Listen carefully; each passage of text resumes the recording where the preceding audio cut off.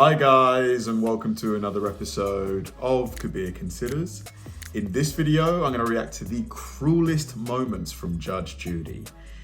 Now, this should be interesting, because, I can't imagine what moments would be cruel, unless, because she's a judge, she's obviously, there to make impartial judgments. She's not really there to make any emotional, any kind of judgment that could be deemed as cruel, because she's going to follow the rule of law.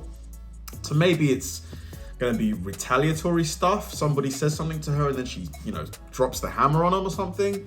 I've got no idea what to expect, but yeah, it should be a fun one. So let's do it. $650 to put in a new toilet. You think I went around to try to find the last person who sat on it? Be stupid. Grow up. That's all.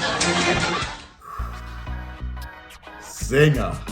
Judge Judy is a courtroom TV show. In it, Judge Judy, a lawyer of 38 years, examines evidence for the plaintiff. There have been many times when people on the show have done very questionable things. Before we begin, remember to drop a like, hit that subscribe button, and wait to find out what happens in number 1. Number 8, WADDEL. Before this trial began, Judge Judy had a bit of a coughing fit, so she went back to her chambers to try to get something to help. While she's gone, the plaintiff, who's named WADDEL, talks about how he's going to get $4,200 for his 2000 Mercury Cougar, and says he should have gotten drunk before he showed up. He was also talking to the defendant about how he did his research on the show. However, when Judge Judy gets back, she very quickly says how WADDEL is a total idiot, as unbeknownst to him, there is a monitor in Judge Judy's chambers, and she How could you be so dumb? Just keep quiet. Heard everything he said. She also talks about how he's a wise guy for thinking that researching the show would have ever made a difference into how the rule of law is ruled. Later in the case, her suspicion is confirmed, and WADDEL completely overpaid for the car, and it's only worth about $1,450. Therefore, suing for $4,000 is insane, and he only got the $1,450. You ready to continue? Oh, yeah. Mr. Fields? Yes, ma'am. You're an idiot. Sometimes I'm an idiot. But I'm not. Okay. $1,450. Judgment for the plaintiff. Damn. Number 7. Just like that. Judge Judy says the law doesn't give a rat's ass.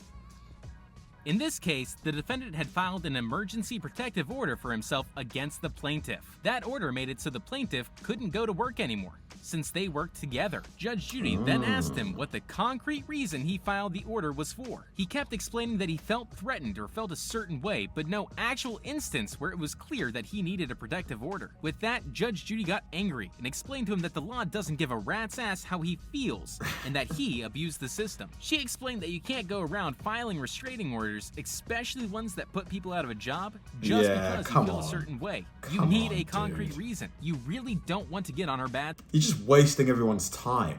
Oh, I feel scared. He didn't do anything, but I feel scared. Come on. Side with something like this. Tell me specifically What he did. what Mr. Sylvester said or did to you Yeah. that Where's the inspired you evidence? to file for a protective order. Maybe your sister cares what you believe. Maybe your mother cares how you feel. Maybe your sister cares how you feel. The law doesn't give a rat's ass how you feel. Oh, I love her. Number I love 6. her. I love people like her. Just no nonsense, Love Plaintiff it. trying to sue for defendant using the toilet. While the plaintiff was having a get-together with some friends, the defendant went to the restroom. While going to the restroom, she said she heard a sound and discovered that it had cracked. The plaintiff wanted the defendant to pay for the repairs. Since there's always the possibility that the toilet wore out, mixed with the fact that it was unintentional, there was really no reason to rule in the plaintiff's favor. However, the plaintiff simply wasn't getting that message. This led to Judge Judy yelling at her, trying to explain that the defendant can't be held responsible for what happened. She finished by telling the plaintiff to grow up, then started walking away. You break something in a store, you pay for it. No, my dear, you are absolutely incorrect. And it's very possible that your toilet wore out. It cost me $650 to put in a new toilet. You think I went around to try to find the last person who sat on it? Be stupid. Grow up. That's all. Hold on, did Judge Judy just say that she paid $650 to put in a new toilet? That seems a bit extortionate. I mean, is that toilet made out of porcelain? White gold? Come on. $650? Number 5. A group destroys property and posts about it. A group of kids saw a Confederate flag on a random truck and decided to do something about it. They took the flag off the truck and peed on it. After that, they decided to throw the flag back on the truck. Somewhere in the process, the truck got scratched. And then they made the genius decision to post about it on social media, making it very easy for the truck's owner to find out who did it. So the truck's owner took them to court and sued them for damages. There was barely even a case here. It was clear that they had done it. Despite this, they were constantly smirking and chuckling about what had happened. Judge Judy definitely didn't hold back on expressing how dumb they were for what they'd done. Vandalize somebody else's property because you don't like what it says. That's not America. You may disagree with the statement, but the response to that is not to vandalize somebody else's property. Number 4. Yeah. Equals fun shirt. She's right. In this clip, the defendant's husband showed up to the court in a shirt that said, "Beer equals fun." Judge Judy pointed out that that's not appropriate to wear in court. However, the defendant says they're just being themselves and not being fake. However, Dude, there's a time and a place. Judge Judy is quick to point out that yes, put on a you shirt, should be fake like- in a courtroom. She then Oh asks my how her God. and her husband dressed to Wow. her mother's funeral, to which the defendant replied that the husband didn't wear a shirt like that. So Judge Judy then explains that that's her point, that you need to know how to dress and when to dress for the occasion. She Where's also the talks common about how they're sense, both like? smart enough to Where's know the right from common wrong and sense? calls her husband an idiot. She then concludes by yelling that it's not a two-way street, meaning she shouldn't reply and to stop tapping on the desk. Good job. What's his last name? Gordon. Mr. Gordon, that's a ridiculous shirt that you chose to wear to court today. I'm just letting you know that. Do you Thanks. understand? Yes. I mean, I don't know what kind of statement you thought you were making. It's brains. Bran, yes. I love the people that I love too, but clearly you know the difference between right and wrong, and the idiot that you're married to knows the difference between right and wrong. Ooh, ooh. Number 3. Man seems proud of speeding. In this clip, a man is talking about the amount of times he's been caught speeding. He almost proudly says that he's been caught speeding 11 times. He reacts with absolutely no empathy or regret for what he had done. So You fucking idiot. Speeding kills people. You're a fool. Judge Judy goes off and talks about how dangerous this behavior is. She describes how one day he's going to kill someone with his bad Yeah. tendency. She concludes by saying that once he inevitably does kill or hurt someone, she wants this exact tape played to show how carefree he was about What it. are you If he laughing doesn't learn about, something from like? his mistakes, it's only fair that this episode does come back to bite him. For sentencing, I want them to play the part of this tape where you just said, I got about 12 tickets for speeding. I want them to play I'm so just funny. I'm so that cool part. because I speed. Ooh, look at me. Number 2, dog stealer. Twat.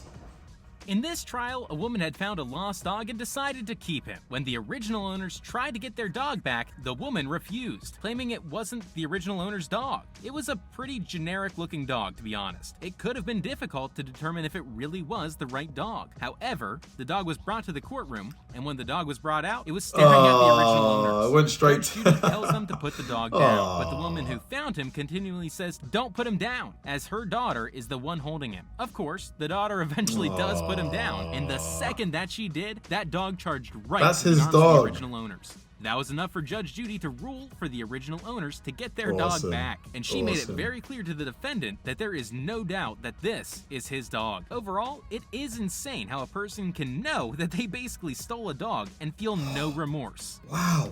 The question is this his dog?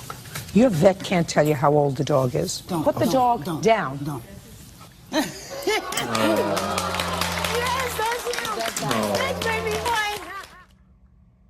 Number 1. Man threatens Judge Judy, then can't figure out a push door.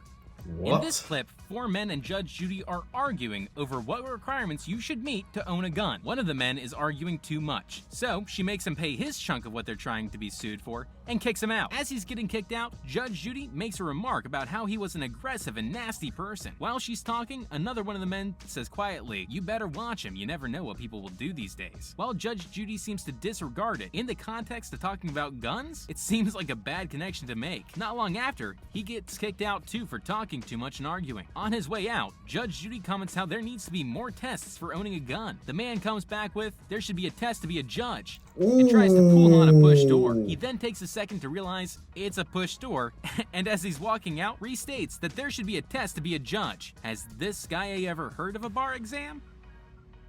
Well, I have to tell you something. I have to tell you something. You Push. You can't even work out the door. That was our list of 10 scummiest people on Judge Judy. Embarrassing. What do you think? That was awesome. I love Judge Judy. I love the no nonsense, no BS way she talks to these people. Like the guy who was bragging about speeding, that he's had 12 speeding tickets. Take his license away. He's obviously addicted to it, and speeding kills. If you see someone just come out from nowhere and you're doing 80 and a 50, how are you going to brake in time? Like, it just doesn't make any sense. He should have his license taken away. And you know, the guy who wore that t-shirt, beer is life or something, you're in court. Even if you're in court, you're trying to persuade the judge or the jury to side with you. Put your best foot forward. You know, don't come in wearing some stupid t-shirt. Like, it just, where is the brains? But real fun video, really, really funny. Thanks for watching, guys, and I'll see you in the next one.